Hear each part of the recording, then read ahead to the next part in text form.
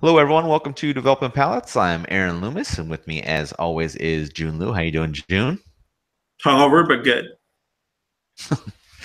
We're talking about the Jeremy Jack El Chapo. Cigar is a 4-inch by 60 ring gauge. Comes out of the Tabsa factory in Nicaragua. Wrapper is Corojo, and the binder and filler are both from Nicaragua. Price point is $8.83, and the cigar was released in July of 2017. So with that out of the way, June, what was your smoking experience like?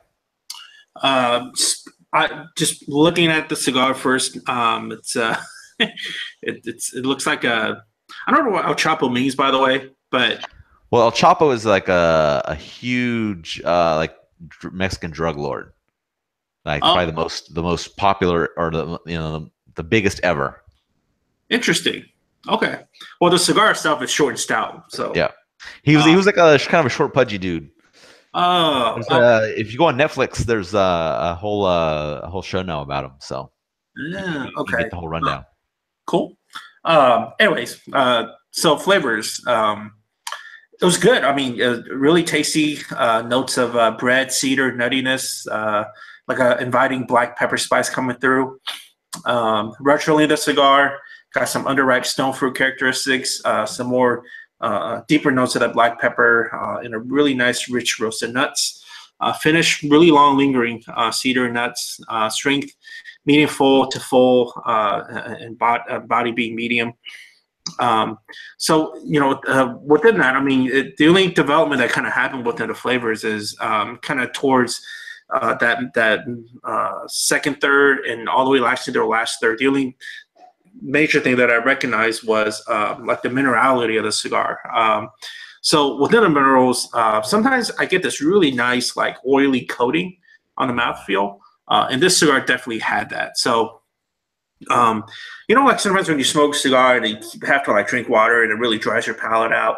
Mhm. This cigar isn't that. It's quite the opposite, where it leaves this like oily coating on the palate, on your tongue, and you don't really need to like sip on water to like keep tasting the cigar. Mhm.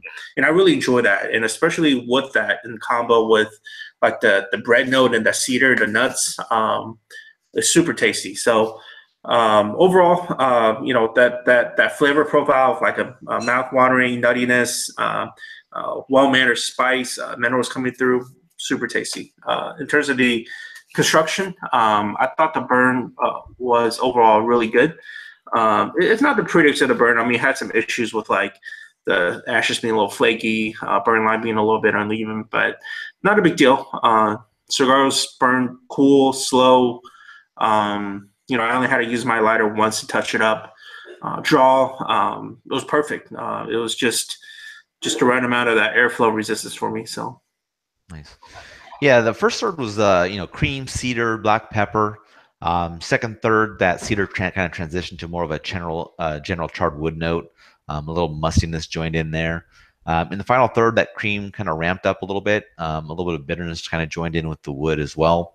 In regards to strength, started out slightly above medium and then kind of went medium full from the second third on, and maintained that the rest of the way.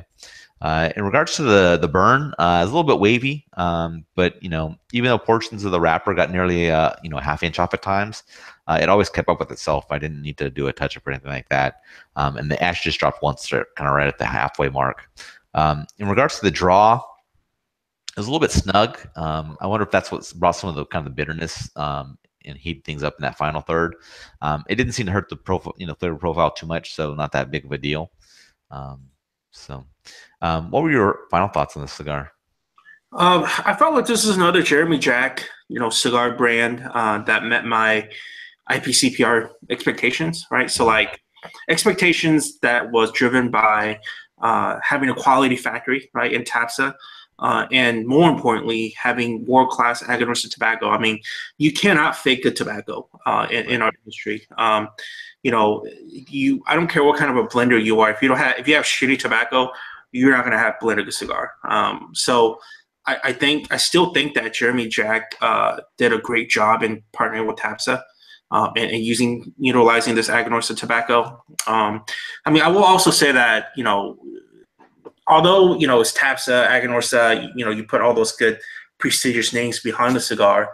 That's overall as a brand so far with Jeremy Jack.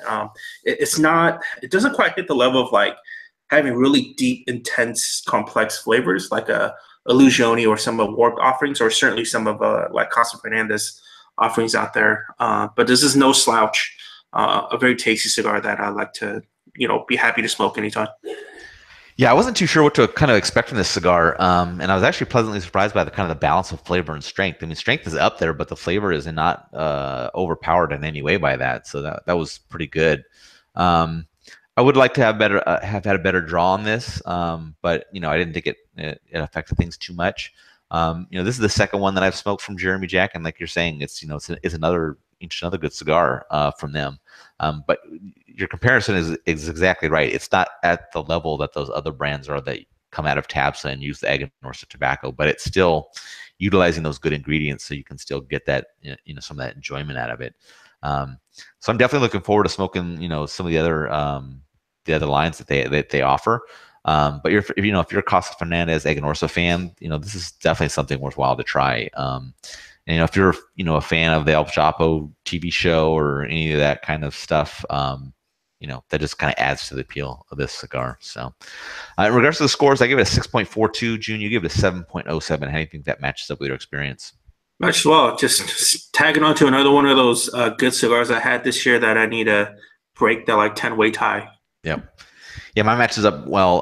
Good in 2/3, average in another third. Fairly good construction, good overall.